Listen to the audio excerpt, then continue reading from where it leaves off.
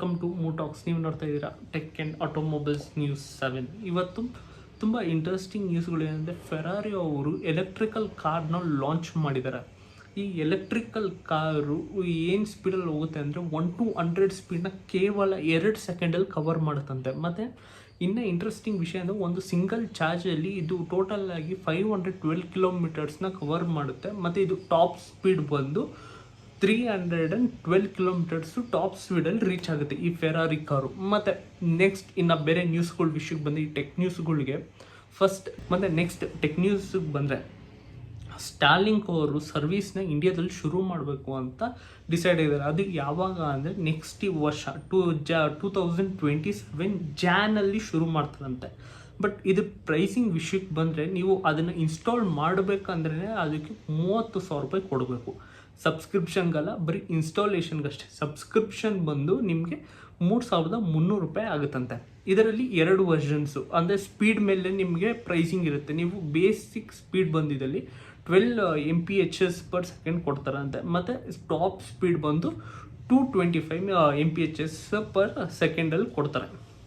ಇದರಲ್ಲಿ basic plan ಏನಿದೆಯಲ್ಲ 25 Mph speed, ಅದಕ್ಕೋಸ್ಕರ ಅವರು 3,300 ರೂಪೀಸ್ನ ಚಾರ್ಜ್ ಮಾಡ್ತಾರಂತೆ. ಮತ್ತು ಇದು ಎಲ್ಲರಿಗೂ ಅಪ್ಲಿಕೇಶನ್ ಸಿಕ್ಕಲ್ಲ. ಇದಕ್ಕೆ ಅಪ್ಲಿಕೇಶನ್ಗೆ ಅವ್ರು ಬಿಡೋದೆ ಬರೀ 20 ಲಕ್ಷ ಜನ ಮಾತ್ರ ಇಂಡಿಯಾದವರು ಯೂಸ್ ಮಾಡಬೇಕು ಅನ್ನೋ ಒಂದು ಕಾನ್ಸೆಪ್ಟ್. ಅಂದರೆ ಒಂದು ಲಿಮಿಟ್ ಇಟ್ಕೊಂಡಿದ್ದಾರೆ ಅವರು, ಎಷ್ಟು ಜನಕ್ಕೆ ಕೊಡಬೇಕು ಇದು ಫಸ್ಟ್. ಯಾಕಂದರೆ ಟ್ರಯಲ್ ಸ್ಟೇಜ್ ಅಲ್ವಾ, ಅದಕ್ಕೋಸ್ಕರ 20 ಲಕ್ಷ ಜನಕ್ಕೆ ಲಾಂಚ್ ಮಾಡ್ತಾರಂತೆ ಜನವರಿಯಲ್ಲಿ. ಮತ್ತು ನೆಕ್ಸ್ಟ್ ಟೆಕ್ ನ್ಯೂಸಿಗೆ ಬಂದರೆ, ಇನ್ನು ನೆಕ್ಸ್ಟ್ ಟೆಕ್ ನ್ಯೂಸಿಗೆ ಬಂದರೆ, ChatGPT. ನಾವು ಎಲ್ಲಿ ಏನಾದರೂ ಪ್ರಾಬ್ಲಮ್ ಇದೆ ಗೂಗಲ್ ಬಿಟ್ಬಿಟ್ಟು ChatGPT ಸೊಲ್ಯೂಷನ್ಸ್ ಬರ್ತಾಯಿತ್ತಲ್ಲ, ಇವಾಗ ನೀವು ಗ್ರೋಸರಿಗಳ್ನ ಕೂಡ ಆರ್ಡ್ರ್ ಮಾಡ್ಬೋದು. ನಿಮ್ಮ UPI ಪೇಮೆಂಟು, ನಿಮಗೆ ಮನೆಗೆ ಬೇಕಾದ್ರೆ ಸಾಮಾನು ಎಲ್ಲನೂ ಇವಾಗ ChatGPTಯಲ್ಲೇ ಆರ್ಡ್ರ್ ಮಾಡ್ಬೋದು. ChatGPTದವರು ಬಿಗ್ ಬ್ಯಾಸ್ಕೆಟ್ ಜೊತೆ ಕಂಬೈಂಡ್ ಆಗಿ ಒಂದು ಪ್ರಾಡಕ್ಟ್ನ ಫೀಚರ್ನ ಲಾಂಚ್ ಮಾಡಿದೆ. ಏನಂದರೆ ಗ್ರೋಸರಿನ ಆರ್ಡ್ರ್ ಮಾಡೋದು. ಇದು ಇವಾಗ ನಿಮ್ಗೆ ಏನೇನು ಐಟಮ್ ಬೇಕೋ ಅವೆಲ್ಲನೂ ನೀವು ChatGPT ಕೊಟ್ಟರೆ ಅದೇ ಪ್ರೈಸ್ ತೊಗೊಂಡು ನಿಮಗೆಲ್ಲ ಇನ್ಫಾರ್ಮೇಷನ್ ಕೂಡ ತೋರಿಸುತ್ತೆ. ತೋರಿಸಾದ್ಮೇಲೆ ಇವಾಗ ಪೇಮೆಂಟಿಂಗ್ ಮಾಡೋದು ಫಸ್ಟ್ ಅದೇ ನೀವು ಬೇರೆ ಆ್ಯಪ್ಗಳ್ಗೆ ಹೋಗ್ಬೇಕಾಯ್ತು. ಅಂದರೆ ಗೂಗಲ್ ಪೇಗೆ, ಫೋನ್ಪೇಗೆ, ಇಲ್ಲ ನೀವು ಯಾವುದನ್ನು UPI ಪೇಮೆಂಟ್ ಟ್ರಾನ್ಸಾಕ್ಷನ್ ಇಟ್ಕೊಂಡಿರೋ ಪ್ಲೇಸಸ್ಗೆ ಹೋಗ್ಬೇಕಾಗಿತ್ತು. ಬಟ್ ಇವಾಗ ಆ ಪ್ರಾಬ್ಲಮ್ ಕೂಡ ಸಾಲ್ವ್ ಮಾಡಿದೆ. ನೀವು UPI ಪೇಮೆಂಟ್ ಕೂಡ ChatGPT ಅಂದರೆ ಮಾಡ್ಬೋದು. ಇದರಲ್ಲಿ ನಿಮಗೆ ಓಲ್ಡ್ ವರ್ಷನ್ ಥರ ಪಿನ್ ಹೊಡಿಯೋದು ಆ ಥರ ಏನಿಲ್ಲ. ನಿಮ್ಗೆ ಏನಾದರೂ ಪೇಮೆಂಟ್ ಆಗಬೇಕಾ ನೀವು ಜಸ್ಟ್ ಓಕೆ ಹೊಡಿಬೋದು. ಇಲ್ಲ ನಿಮಗೆ ಪಾಸ್ವರ್ಡ್ ಇಟ್ಕೊಬೇಕಂತ ಆಸೆ ಇದ್ದರೆ ಪಾಸ್ವರ್ಡ್ನ ಇಟ್ಕೊಬೋದು. ಅದೇ ಆಟೋಮೆಟಿಕ್ ನಿಮಗೆ ಪೇಮೆಂಟ್ಸ್ ಎಲ್ಲನೂ ಮಾಡುತ್ತೆ. ನಿಮ್ಗೆ ಏನೇನು ಸಾಮಾನು ಬೇಕಂತ ಅದು ಅದೇ ಆರ್ಡ್ರ್ ಮಾಡುತ್ತೆ. ಮತ್ತು ಪೇಮೆಂಟ್ ಕೂಡ ChatGPT ಮಾಡುತ್ತೆ. ಬಟ್ ನಿಮ್ಮ ಪರ್ಮಿಷನ್ ಮಾತ್ರ ಕೇಳುತ್ತೆ ಅಷ್ಟೇ.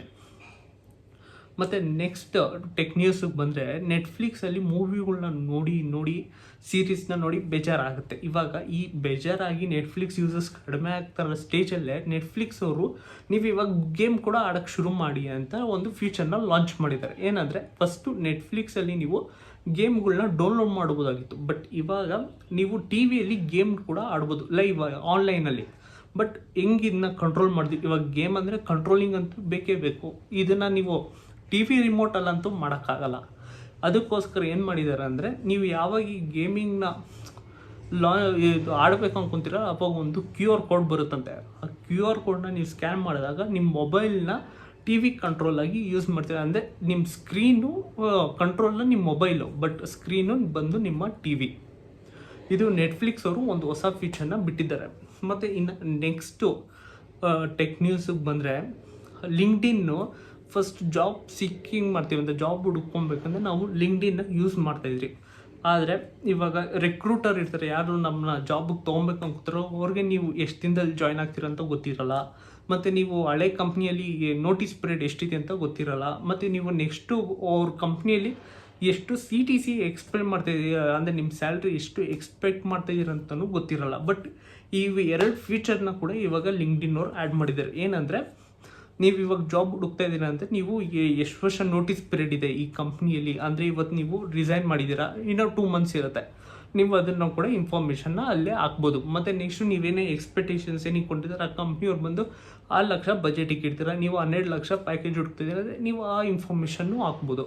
ನನಗೆ 12 ಲ್ಯಾಕ್ ಪ್ಯಾಕೇಜೇ ಬೇಕು ಅನ್ನೋ ಫೀಚರ್ ಹಾಕಿದ್ರೆ ಆ ರೆಕ್ರೂಟರು ಆ ಇನ್ಫಾರ್ಮೇಷನ್ಗಳನ್ನ ನೋಡಿಕೊಂಡು ನೀವು ಆ ಜಾಬ್ಗೆ ಸೆಟ್ ಆದರೆ ರೆಕ್ರೂಟ್ ಮಾಡ್ಕೊತಾರೆ, ಇಲ್ಲ ಅಂದರೆ ಇಲ್ಲ. ಇದು ಲಿಂಕ್ಡ್ಇನ್ ಅವರು ಒಂದು ಹೊಸ ಫೀಚರ್ನ ತೊಗೊಂಬಂದಿದ್ದಾರೆ. ಇನ್ನು ಪ್ಲೇಸ್ಟೇಷನ್ 5 ಗೇಮಿಂಗ್ ಆಡೋರ್ಗಂತೂ ಪ್ರತಿಯೊಬ್ಬರಿಗೂ ಪ್ಲೇಸ್ಟೇಷನ್ ಮನೇಲಿ ಇರಲೇಬೇಕು ಅಂತ ಒಂದು ಆಸೆ ಇರುತ್ತೆ.